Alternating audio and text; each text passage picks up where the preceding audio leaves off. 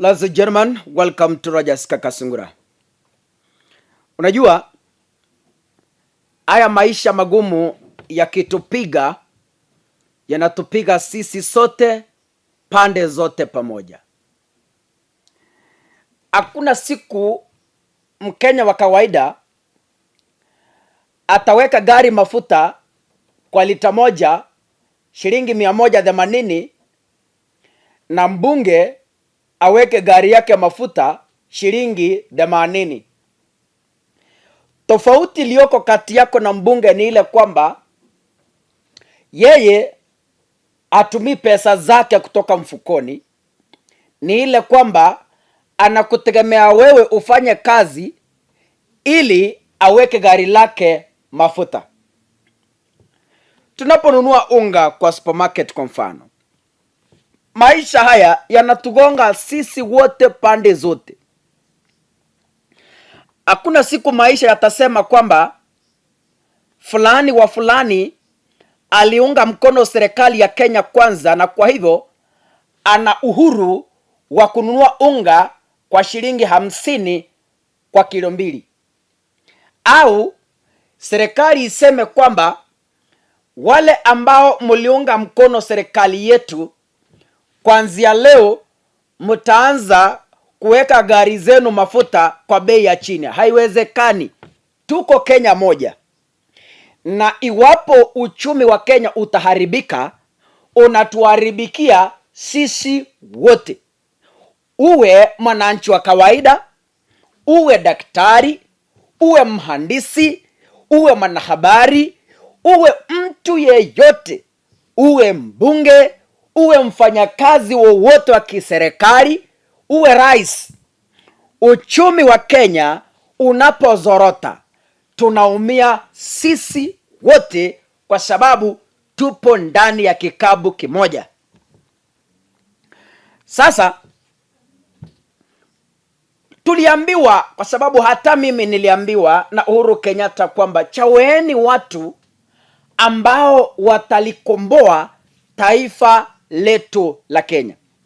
Lakini hatukusikia. Nimeshangaa na siwezi shangaa kwa sababu mimi nafurahia nikisikia maneno kama haya kwamba kuna wabunge ambao wanaenda nyumbani bila mishahara. Nafurahia sana kusikia habari kama hizi. Kwamba kuna maseneta ambao wanaenda nyumbani kwenda kusherekea Easter wakiwa na njaa. Nafurahia sana kusikia habari kama hizi. Tumesikia wafanyakazi wa kaunti wakisema kwamba tunalia njaa kwa sababu magavana wanasema hawajatumiwa hela kutoka kwa hazina ya serikali kuu. Leo hii nimejihisi kuzungumza lugha ya Kiswahili kidogo. Nimeona baadhi ya mashabiki wangu wakisema kwamba kaka, Kiswahili chako ni cha Tanzania na ni kigumu zaidi kuelewa.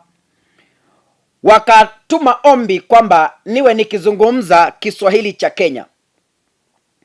Lakini kaka, Kiswahili nacho kizungumza ni kile ambacho nilifundishwa na Mwalimu Solomon Odoji, na nilifundishwa kaunti ya Kisii kwa shule moja ya msingi inaitwa Nyabikondo na shule ya upili inaitwa Lioma. Ni shule tu ya kijiji pale ndani. Kwa hivyo Kiswahili changu si cha tofauti sana kuliko Kiswahili chako. Ni ile tu mimi najituma ili kujaribu kukizungumza kwa matamshi sanifu. Niseme kwamba sioni ni kwa nini wabunge wasiende barabarani kuungana na Raila Odinga kwa maandamano, kwa sababu wanaenda nyumbani bila mshahara. Sioni sababu yoyote haswa ambayo inaweza kumzuia mbunge wa taifa la Kenya kutoenda barabarani kubeba sufuria. Kwa nini? Hata yeye hajalipwa mshahara wake. Kama kuna mama mboga ambaye ameamua kubeba sufuria kwa sababu hana hela, basi ni sawa na mbunge ambaye anafaa kubeba sufuria ajiunge na wengine kwa kuandamana. Kwa nini? Maisha haya yanatugonga sisi sote kwa pamoja. Umaskini hauna kiwango, na ukibisha hodi hauna haya. Nisikilize. Azimio sasa imeandika barua ikitoa ombi kwamba bunge lianze kupiga msasa hazina za serikali kuu, ikiwemo idara ya ukusanyaji ushuru inayojulikana kama KRA, Kenya Revenue Authority. Mamlaka, sio idara, ni mamlaka, Kenya Revenue Authority. Waanze kupiga msasa mamlaka ya ukusanyaji ushuru KRA, ili kujua kwamba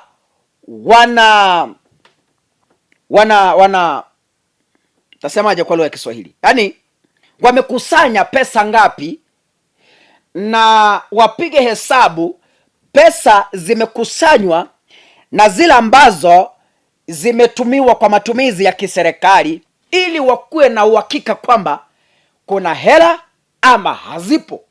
Kwa hivyo Opiyo Wandayi ambaye ni kiongozi wa wachache katika bunge ameandika barua na kusema hivi, nataka ninukuu kwa lugha ya Kimombo: We are calling on Parliament to take leadership and conduct an inquiry on the financial and economic crisis building up in the country before we collapse like other African countries that have gone that route. We need to take a close look at the operations of individuals and systems at the National Treasury, the Central Bank of Kenya, and the Revenue Authority, and compel testimony and the production of documents with a view to establishing what has gone wrong. We need to take a close and thorough look at the ongoing at our revenue collection points and revenue sources like the Kenya Airports Authority, the courts, customs, National Social Security Fund, NSSF, aids and grants, and revenue administration, in addition to probing government spending. Today, about 6 months into this regime, Kenya cannot pay salaries, leave alone finance its other operations. This is the sad state of affairs that the administration is hiding from Kenyans. For the first time since independence in 1963, the government of Kenya is unable to pay salaries to civil servants and members of parliament. Nearly all civil servants don't know when or if they will ever be paid.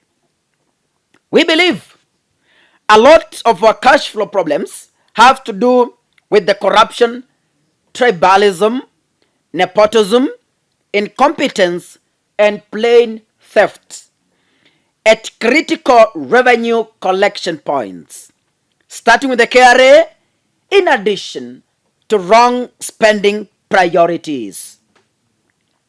It is not enough to allow the regime to hide behind explanations like the COVID-19, the war in Ukraine, and the general economic meltdown around the globe. Ladies and gentlemen, I want to speak this and as I even conclude my video. We can agree, all of us. Let me now switch to English so that I can put some statements the way I want. From this, it's not a secret. Members of parliament are going for Easter without salaries. In short, they are going to crucify Jesus while hungry. It's a sad state of affairs in this country. Leave alone members of parliament. I have colleagues working in the national government and at county level. They are indeed crying. The The holiday is here with us. How are they going to feed their children at home? That is a question that each and every citizen should ask him or herself before questioning why Raila is demonstrating. We all of us need to call ourselves into a meeting, whether you are supporting Kenya Kwanza, whether you are supporting the Azimio. We need all of us to summon ourselves into a personal meeting and ask, where is Kenya moving to? It's now clear that Raila is demonstrating on the ills that are happening and has been acknowledged by the government itself, the high cost of living. Ladies and gentlemen, I want to speak from this platform that I said, prepare for tough times ahead. I have always said this, and I will repeat without fear of contradiction. Tighten your belts. Civil servants, tighten your belts. We are privileged. Those who are in private sector, at some point, Kaka, if I lose, I know I didn't work hard. But then, you've worked the whole month as a civil servant, and you miss salary from the government you're working for. It's a sad state of affairs. So I'm calling upon all civil servants of goodwill tukutane Kasarani, tuite Raila atuhutubie. Simple. We need to deal with this issue once for all. Our country is sinking. Let's not bury our heads in the sand. Let's face the bull by its horns. Kenya is economically sinking. Whether you like it or not, whether you voted for Azimio, whether you voted for Kenya Kwanza, the reality that you cannot hide in this country is Kenya is economically sinking. Why?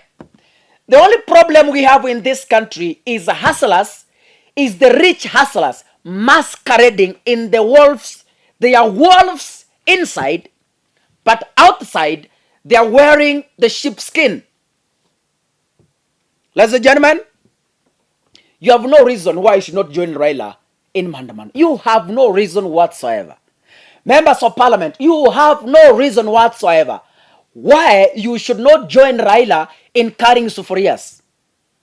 Hata huyu Kemani wa Ichungwa, who is making noise like a PP1 kid, has not been paid. Hajalipwa mshahara. Kwa nini? Members of Parliament are going home without pay. It's as simple as that. The choice is yours. Continue suffering or you join Raila with a sufuria. Chagua kimoja, usaidike katika maisha yako. God bless you. See you in the next video, ladies and gentlemen. Mungu akubariki sana.